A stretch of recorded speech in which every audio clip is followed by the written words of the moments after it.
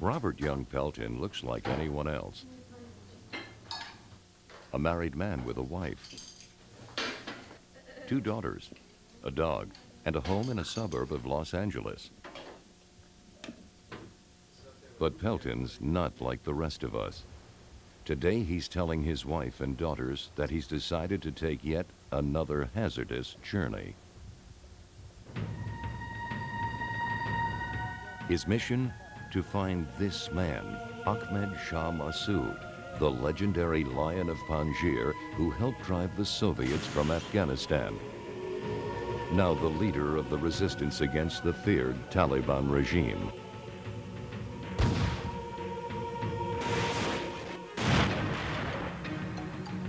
To update his definitive guide to the world's war zones, Pelton feels compelled to understand what makes this living legend tick and to explore his war-ravaged world.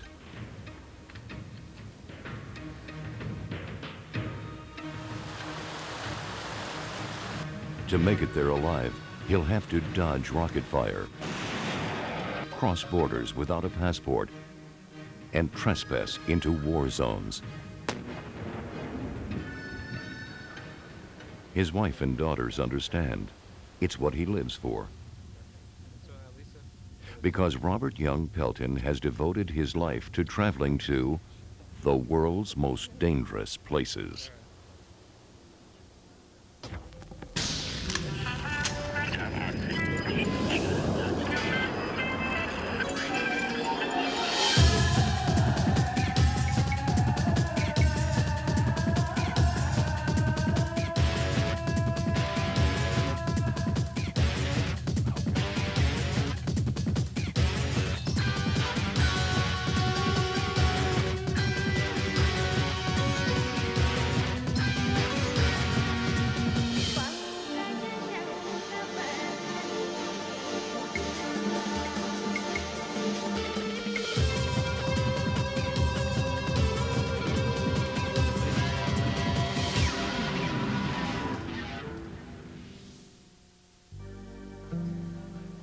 Afghanistan, an unforgiving land controlled by the feared Taliban regime. A refuge for international terrorists, including Osama bin Laden. Under Taliban rule, women have lost their jobs and their right to be educated. The crime of theft is punishable by amputation. Movies, dancing, book reading, magazines and videos are strictly forbidden. This country has more guns per person than anywhere else on Earth.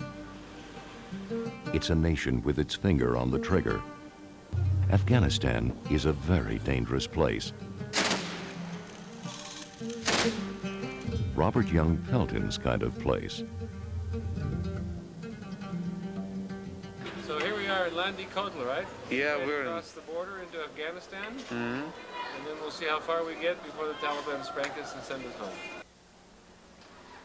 Having talked his way across the border without a visa, something he's done dozens of times before, Pelton arrives in Kabul, capital of Afghanistan.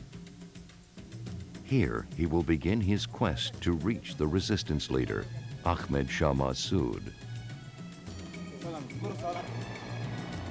In 1979, the Soviets invaded Afghanistan to support a puppet communist dictator.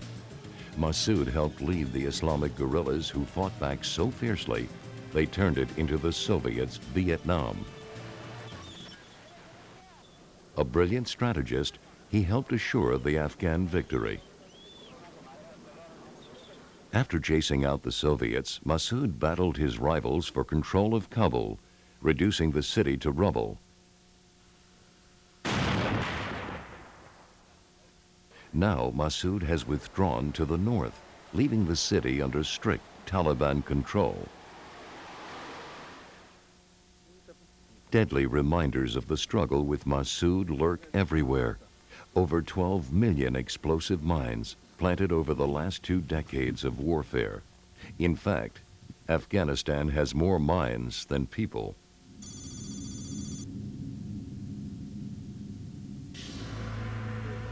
After learning about the UN's demining efforts, Pelton hopes they will help him cross the Taliban front lines to meet the Taliban's mortal enemy, Massoud, leading the resistance in the north. First, if he is to survive in the most heavily mined nation on Earth, he will have to learn the grim facts of life about lethal explosives. Especially this area has In classes like this, girls as well as boys are compelled to take a crucial lesson in survival. outside a lot of UXOs, real UXOs. And تو اگه ماین صابونی را جای ببینی با کدام دست میگیری؟ Surprisingly, the biggest danger of mines to children isn't that they'll step on them, it's that they'll pick them up to sell for scrap. اگه آدم میره میگیره Students perform a skit to show the deadly consequences.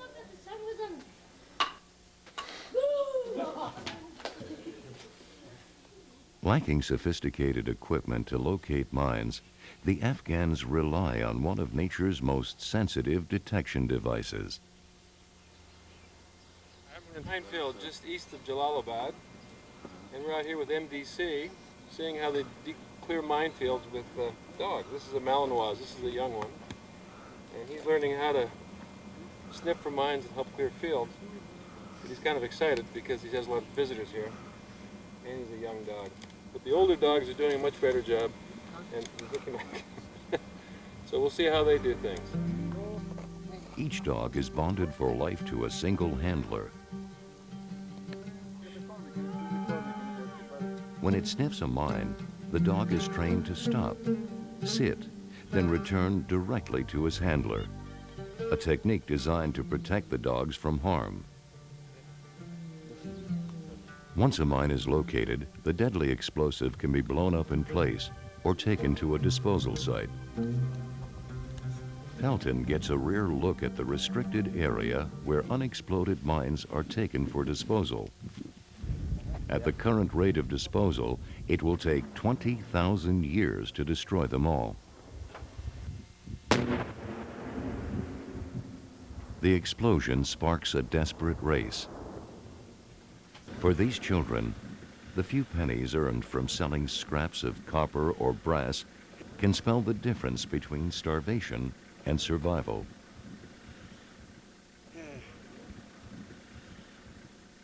These folks are now digging for scrap. Okay. As you can see, they're fighting over bits and pieces, and one guy was whacking somebody else with a shovel. That's not the prettiest side, but it shows you the economic conditions of Afghanistan. Surveying Kabul's ruins, Pelton learns the situation is considered too precarious for the demining agency to take him to the front lines. He wangles a press pass from the Taliban government. His goal? To cross the Taliban lines and reach Massoud's forces.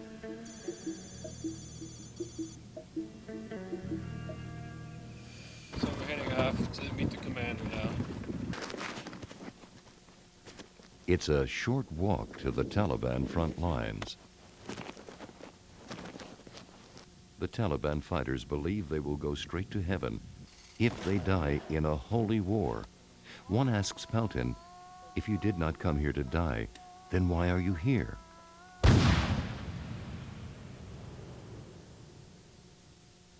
I'm not trying to be theatrical here because I'm hunched down, because they just loosed off a few artillery shells at us, but we'd be prime fodder for a sniper if they had somebody up on the hills around here. But we can see the enemy positions through this captured Russian pair of binoculars. And as you can see, there's a plain in front of us, and then the mountains behind us. With meager equipment, the Taliban are forced to improvise. A heap of stones serves as a makeshift rocket launcher.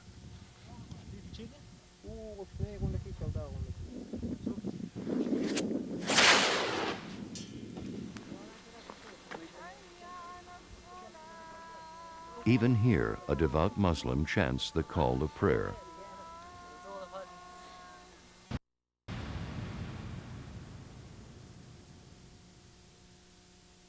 It was kind of interesting, though, when we heard the man up here calling for prayer.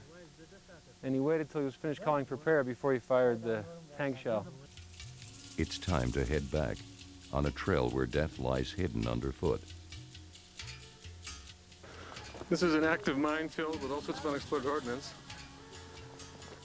So we're sticking to the path here, like they teach the kids in school. No, no, no, no. Okay, this man is showing us a mine. No, no, no, no, okay. He's got the fuse off it. Okay, he's defused it. Okay. That's why God invented telephoto lenses, I'll tell you.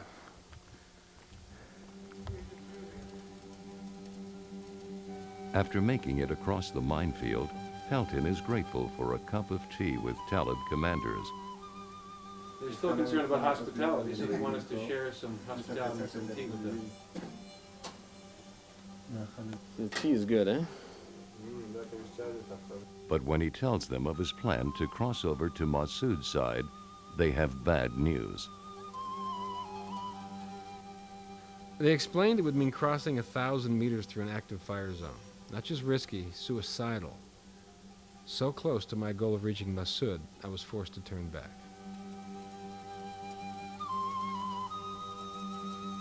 Robert Young Pelton's goal seems unattainable to everyone but Pelton himself. It will be a year before Pelton can organize his second attempt to reach Massoud.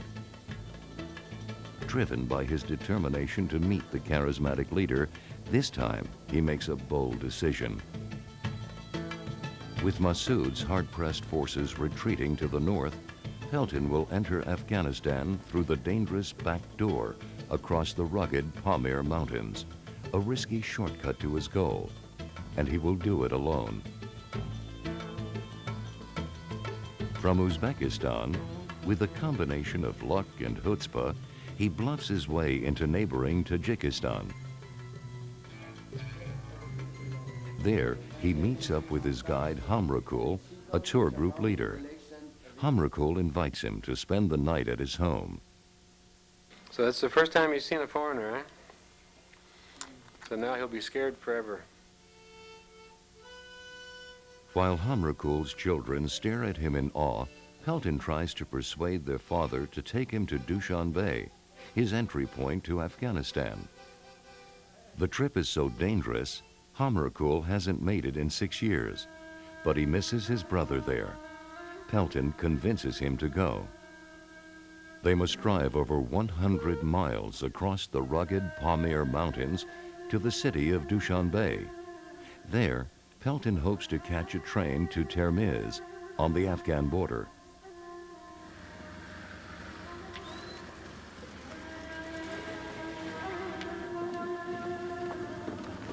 Crossing a rickety bridge, Pelton makes an unnerving discovery. This is where the locals come to scavenge firewood.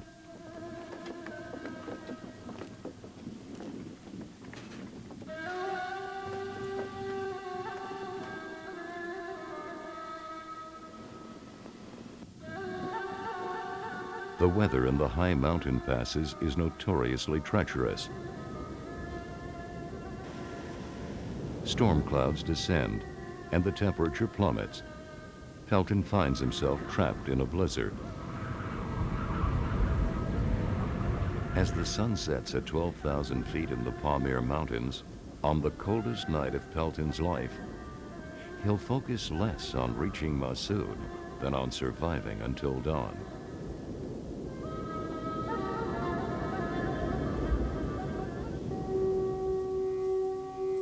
Somewhere high in the forbidding Panjshir Mountains of Tajikistan, altitude 12,000 feet, temperature 10 below zero.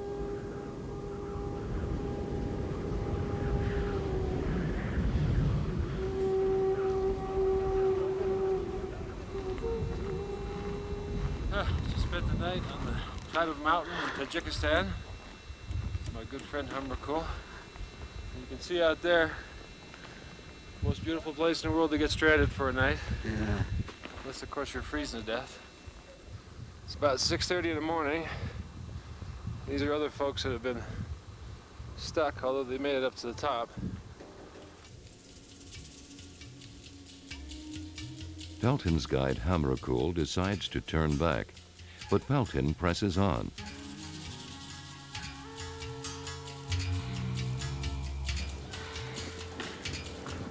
After hiking 10 miles, he hitches a ride on a potato truck.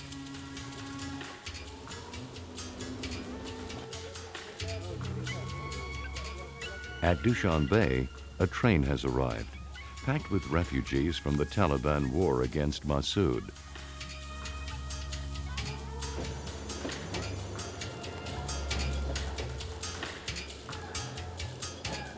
Without a ticket or visa, Pelton stows aboard for its trip back to Afghanistan.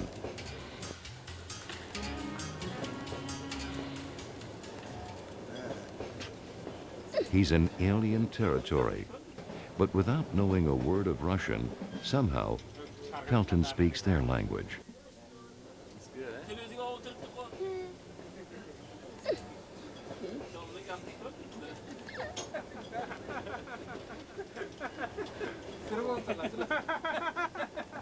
When the train arrives at the border town of Termiz, he finds he's too late.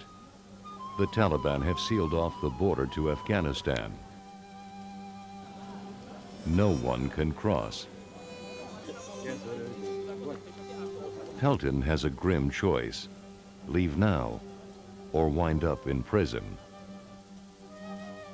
Within a mile of the Afghan border, closer than I had ever come to reaching Massoud, I had to turn back. Twice I'd tried to reach the man and failed, but I didn't give up.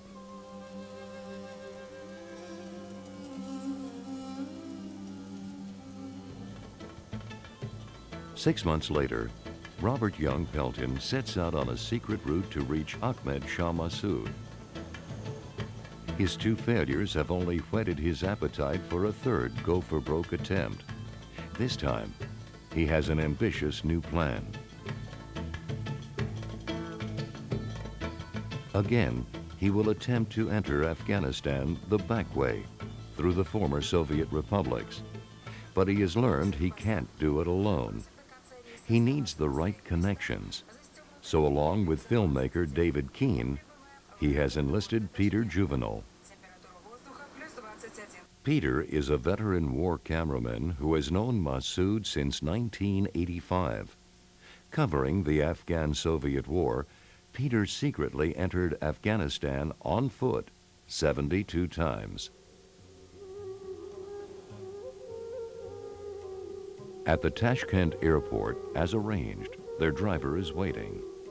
He is to take them from Uzbekistan across the border to Tajikistan. Can we cross the border without a visa? You have Uzbek visa? Yeah. No problem. The two most dangerous words in travel: no problem. For Pelton, no problem turns into a big problem, because suddenly, when he tries to cross the border into Tajikistan, the officials refuse entry. So what's the $10 for? It's for bakshish. Bakshish? Why? Bakshish, international slang for bribe. Quickly, the $10 escalates into $100.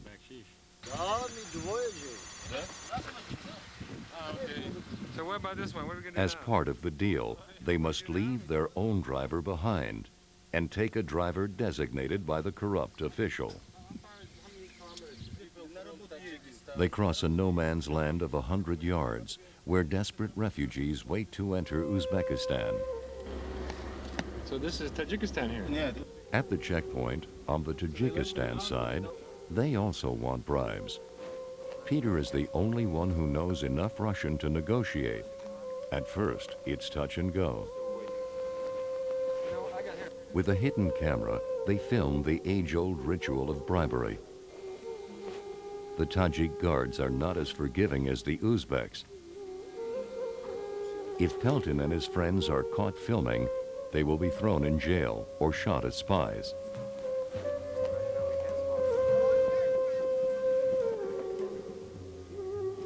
They put $116 in my passport and then gave it with another passport to one of the customs officials.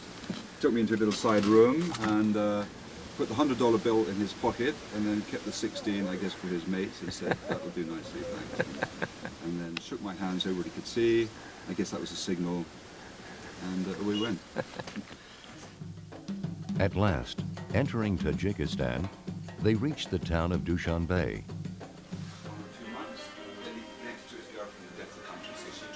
There, they meet up with their key contact, a mysterious figure known by the alias of General Muslim. Muslim is Massoud's contact man in Dushanbe, a formidable warrior whom Peter covered fighting the Soviets. He says he'll try to get them visas into Afghanistan. Okay, so I'll give you 400 for everybody, and then get the most visa for the money. So if you can get, for the same price, you can get double entry. General Muslim pulls the right strings. They get their visas. At the hotel, they meet up with their interpreter, Hanif, a master of 5 languages. Suddenly, they get word. They are to leave on a secret flight that officially does not exist. In the shadowy world, these clandestine flights are the lifeline of Massoud's beleaguered forces, bringing desperately needed arms and ammunition. The day of departure, they see a colorful graduation festival. For Pelton, it holds a deeper meaning.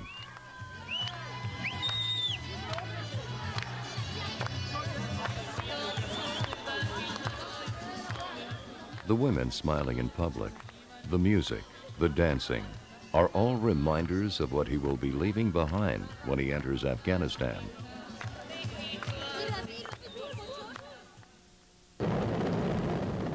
About to board a Russian helicopter for a fairly hair-raising flight into Talacon.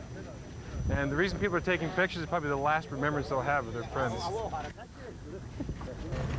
Why don't you watch this? Oh, excuse me, thank you very much.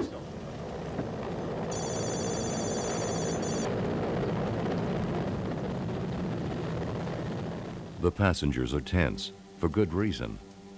A few days ago, on the same flight, Taliban MiGs tried to shoot this chopper down.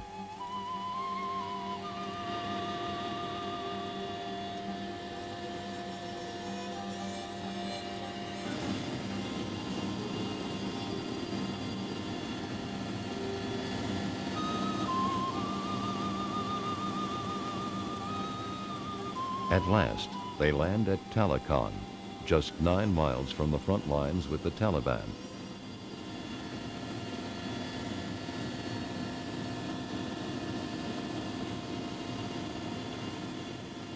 We're in Talacon right now, which is the main supply base for the Northern Alliance. We're a little deaf from flying in a old Russian helicopter. Talacon, Massoud's headquarters, an isolated enclave where Massoud has come to make his last stand. Few outsiders have ever set foot here. It seems as if Pelton's goal of meeting Massoud is at last within his grasp. Talacon, in the war-torn north of Afghanistan. At first glance, this remote market town hasn't changed in 1,000 years. Beneath its picturesque surface, Talacon is one of the world's most dangerous places, a last stronghold for resistance against the Taliban. Command post of the legendary warrior Ahmed Shah Massoud, the man Robert Young Pelton has risked his life to meet. Signs of war appear in unexpected places. In the market, along with the fruits and vegetables, are bomb fragments for sale. This is from a cluster bomb. Holds the cluster bombs into the bomb, and then the little bomblets drop out. This is good. Breaks up. This is the tail end of a rocket. RPG, yeah. Stabilizer. That looks like a landing gear. The scrap aluminum from bombs might be hammered into something as harmless as a teapot.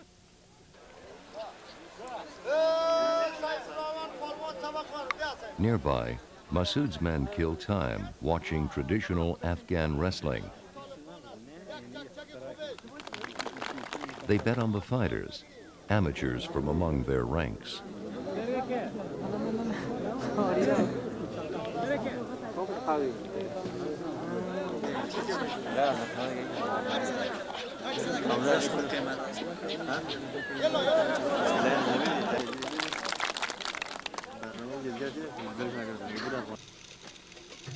Still more young men pour down from the farm country in the hills to join Massoud's forces. They have experienced the Taliban's harsh, scorched earth rule and want to fight back.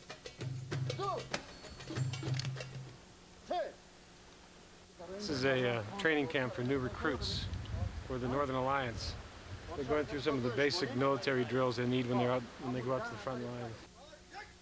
Many are barefoot and without guns. They will earn only $25 a month and endure meager rations.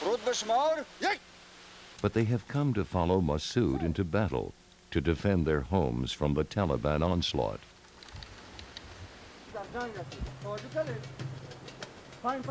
Seeing the devotion of Massoud's men only increases Pelton's resolve to meet him. It's hard to imagine war in a place like this. He confers with Massoud's commanders to try to arrange it. The commanders say Massoud wants Pelton to visit his men on the front lines before he will meet with him, a test perhaps of Pelton's commitment. His escort will be Commander Daoud, himself a legendary fighter against the Taliban.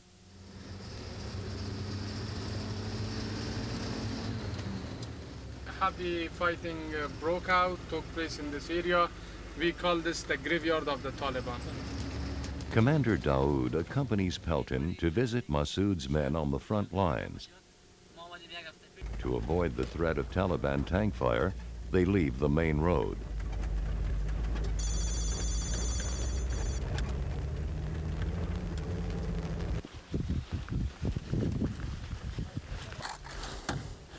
Even here, on the front lines, the brutal business of war stops at the time for prayer.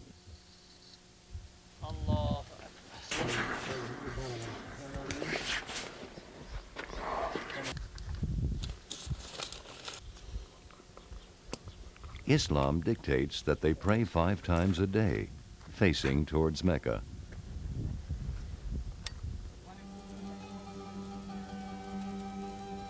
After a short drive, fearing the dust plume from their jeep will attract tank fire, they set out on foot. Yes, let's walk here. Thank you.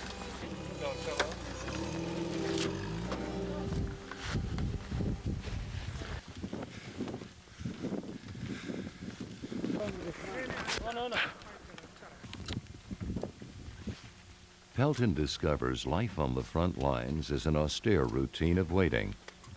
No smoking, and in keeping with strict Muslim belief, no alcohol. All pictures of women are also forbidden. Here, at any moment, the monotony of waiting can explode into violence. As recorded in this rare combat footage of Massoud's men.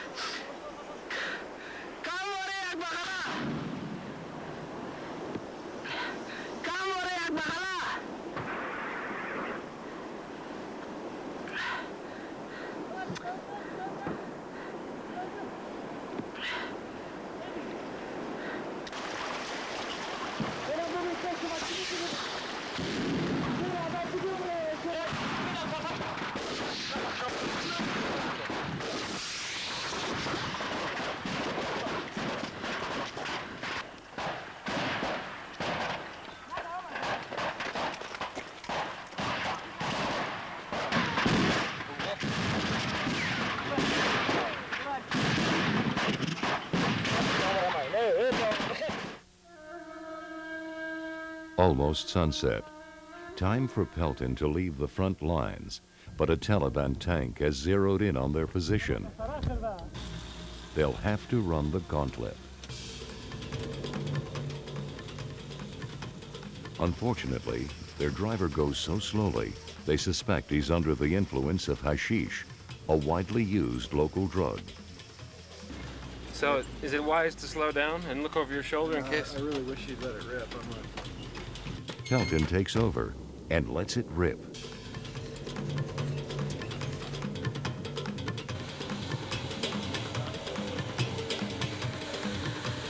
Peter thinks he's pulled over too soon, that they're still in harm's way. Robert stopped in the worst place. In the front. You stopped in the worst place. No, not yet. It's where those two rounds landed in this area. Yeah, but okay, now we're in our place. With the worst driver. Okay, good. All right, that's good.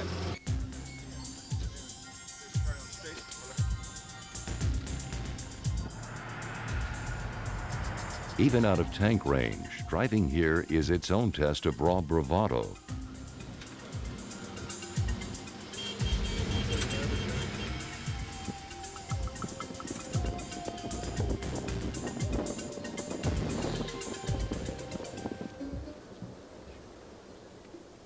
As Pelton returns to Talacon, he is about to learn that in one of the world's most dangerous places, nowhere is safe.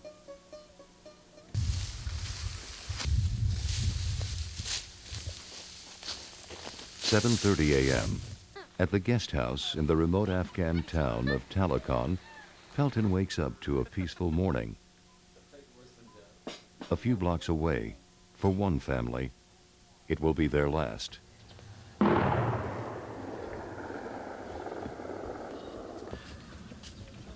So what happened, Annie? Yeah, you see.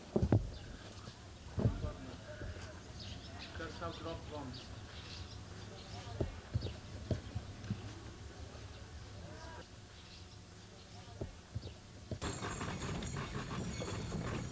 They just dropped two 500-pound bombs in the area where the hospital and the high school was that we visited yesterday.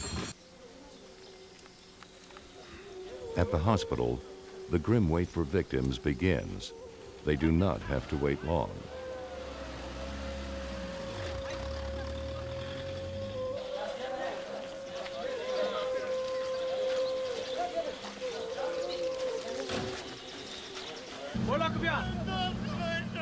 A distraught father brings in his daughter, one of the survivors.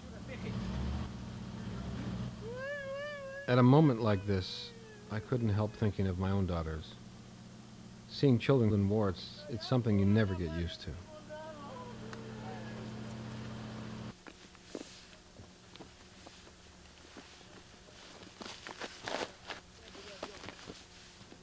You can see the impact of a 500-pound bomb. Just landed in this courtyard in this compound. It snapped all the trees off, killed the birds in the trees, and all the livestock in the yard here, but that's not the important thing. The important thing is the people that get killed, sitting having breakfast.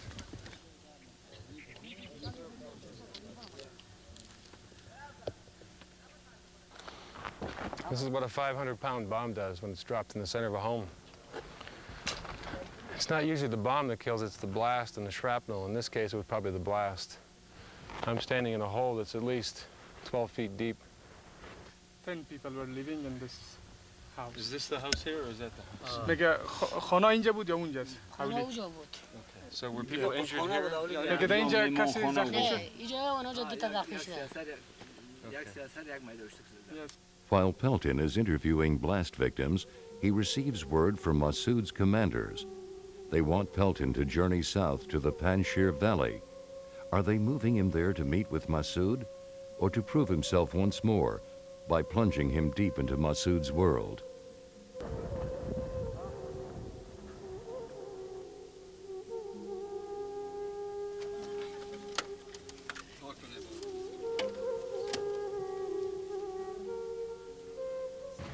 This is an unexpected pleasure to be getting on board a helicopter for the Panjshir, because we planned to spend 2 days on the back of a truck, hopefully crossing a river that was flooded right now. And this isn't the safest or the most enjoyable way to travel, but it's probably better than spending 2 days traveling along the front lines to get to the south. Pelton has an ominous traveling companion, the coffin of a fighter recently killed in action. And under the coffin, there's a heavy load of ammunition. The chopper is dangerously overloaded. For precarious seconds, it hurtles down the runway, struggling to lift off.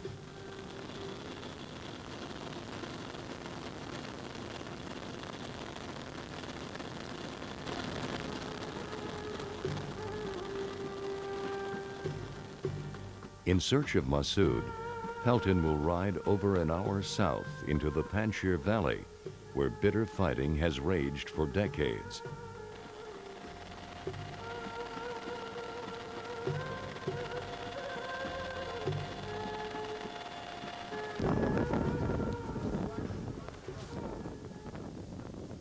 Well, we finally made it to the Panjshir.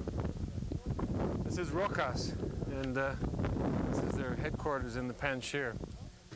In a place where few outsiders have ever set foot, Peter is welcomed by his old buddies from the war against the Soviets.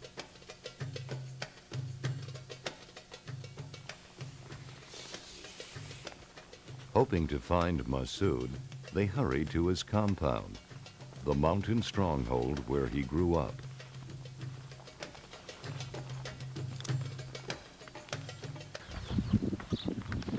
So this is Massoud's house, and it's being fixed up now. It's quite nice.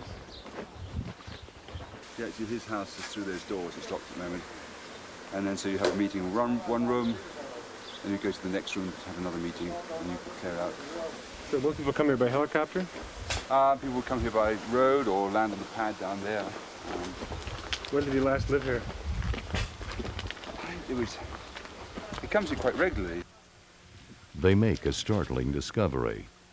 Probably the only Humvee in all of Afghanistan.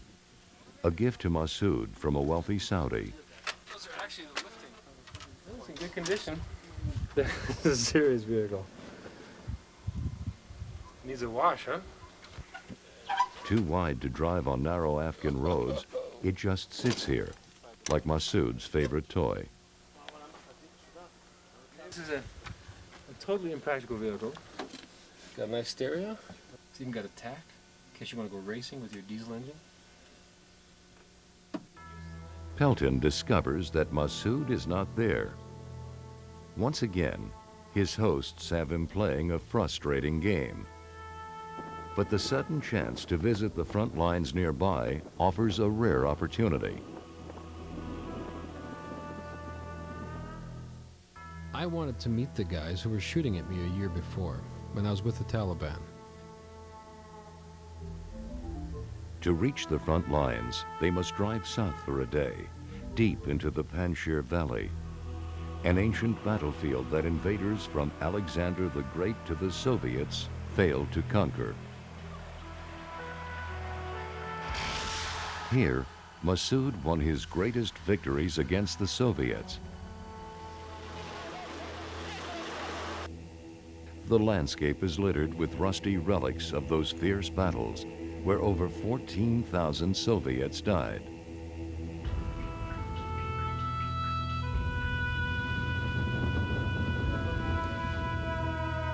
Rusty tanks aren't the only things abandoned by the Soviets. Pelton meets up with a mine-detecting dog left behind from the 80s, adopted by Massoud's men.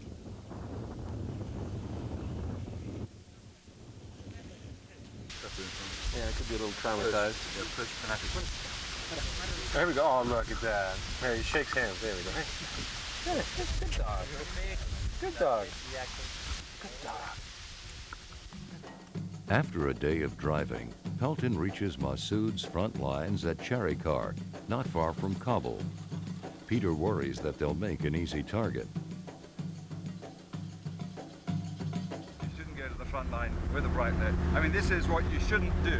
Oh, thank you, Peter. Okay, so far we've broken every rule in the book. So we're driving a bright red pickup truck, and we're the only vehicle on the road, and we're probably the first vehicle, and we've just gone past where the tanks are. But we're with the commander, so he's got a few years on him, so maybe there's some luck there.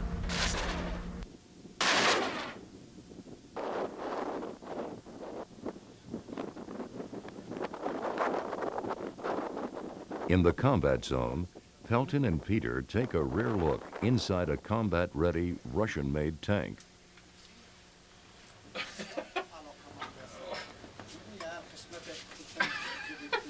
You know, I'm stuck. Yeah, you sit there, you put your foot down here. Yeah.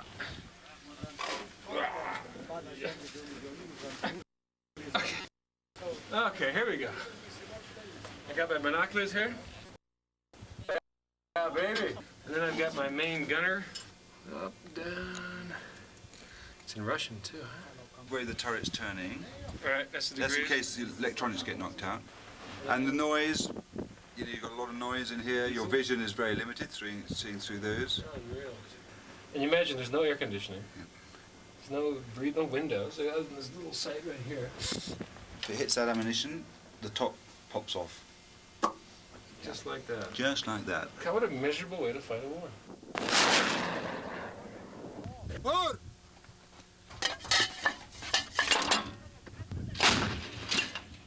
Pelton arrives at the last desolate outpost on the extreme front lines.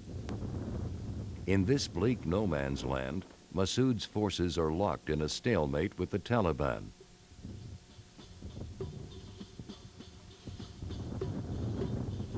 A futile struggle yielding neither victory nor defeat. These were the very men who had been shooting at me when I was with the Taliban. I couldn't help thinking I had befriended men on both sides, men fighting for Massoud and men fighting for the talibs. But if I tried to walk across the ground separating them, they would have shot me dead. Back at Massoud's compound, Pelton waits in vain for a chopper to bring them to Talacon.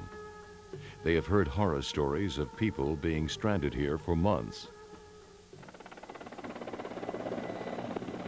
It will be 5 long days until a chopper shows up with orders for Pelton to return to Talacon at once.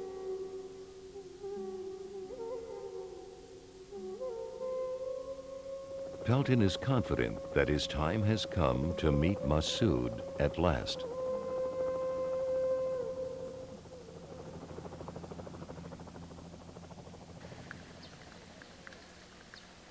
Talacon, a remote base in northern Afghanistan.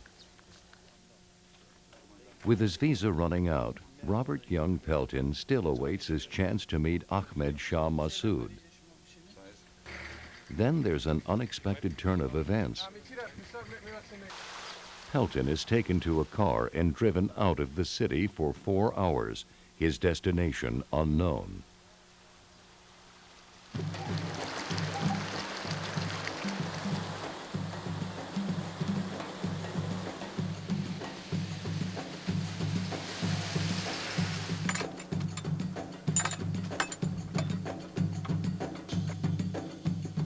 Massoud wanted me to visit a prison. Maybe this was the last part of his test. In a strange way, it made sense. Thomas Jefferson once said, if you want to really understand a country, see its prisons.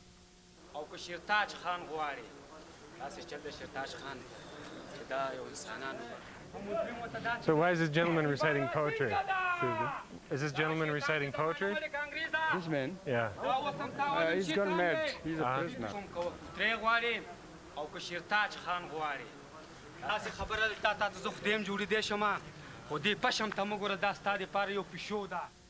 Here we are in Lejda prison, just a few miles from Talacon. It's about a 3 or 4 hour bumpy ride. And we've been talking to the prisoners. We don't have any restrictions on us, so we can talk to whoever we want to. And the prisoners seem very forthcoming. They're a little shy, but nobody's refused to talk to us. Massoud's commanders want Pelton to see Pakistani prisoners captured fighting for the Taliban. Supposed proof of Pakistani interference in the conflict. But Pelton finds no Pakistani officers, only unfortunate souls who wound up here in a pathetic twist of fate. I'm a school teacher. Professionally, I'm a school teacher. How long have you been in this prison? 2 years. So actually, I was not involved in war myself. You didn't have a rifle or a gun? No. Did he receive any military training? आपने training हासिल की? No, he didn't receive any training. Oh, he says that when he came there, They told him that there's no need to go for a training, so we'll teach you just opening and closing the gun. They just, So does he feel he has made a mistake? क्या भी समझते हैं कि आपसे गलती हुई है? Yeah, he says that he's made a mistake.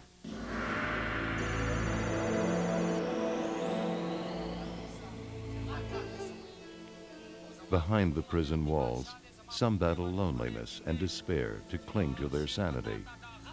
Others have already lost that battle.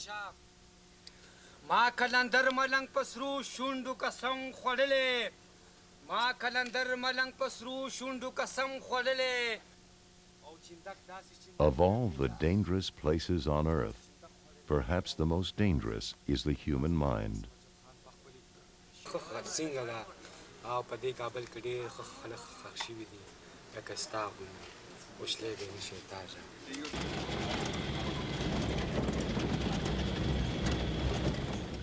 At last, the news comes that Pelton has been waiting for. After a 4-day wait, sitting in the guest house, we're being taken to an undisclosed location for an interview with Massoud.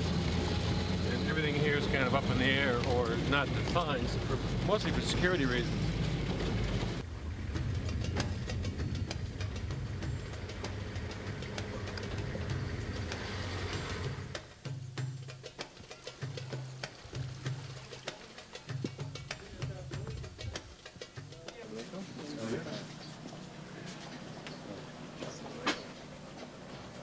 After an arduous 3-year quest, Pelton meets Massoud at last.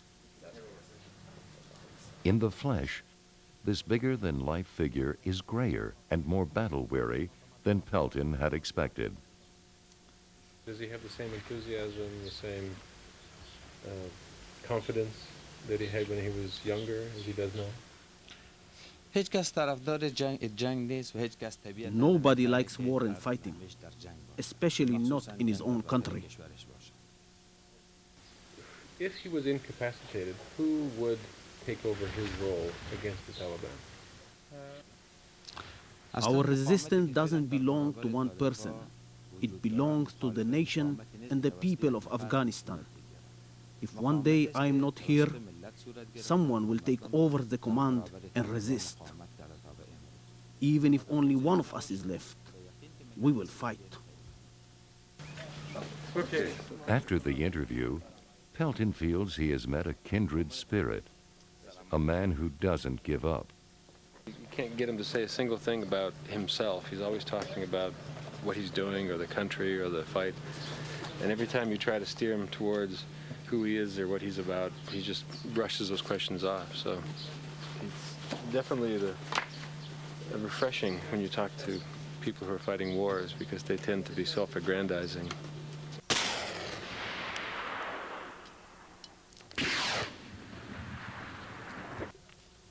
For Pelton, even after meeting him, Ahmed Shah Massoud remains an elusive figure, trapped in his role in history.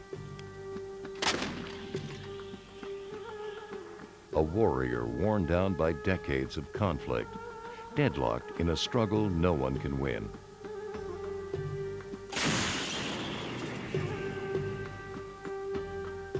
And yet, in his independence and courage, he stands as a symbol of Afghanistan's spirit of resistance. Robert Young Pelton's 3-year-long quest has ended. Was it worth the ordeal? Meeting Massoud, I felt I was a witness to history. When I travel to the world's most dangerous places, I see the best and the worst in people. And I see it with my own eyes. There's a purity in that, seeing life for yourself, unfiltered by other people's judgments. And at journey's end, I'm never really the same person I was at the beginning. But maybe that's the biggest discovery of all.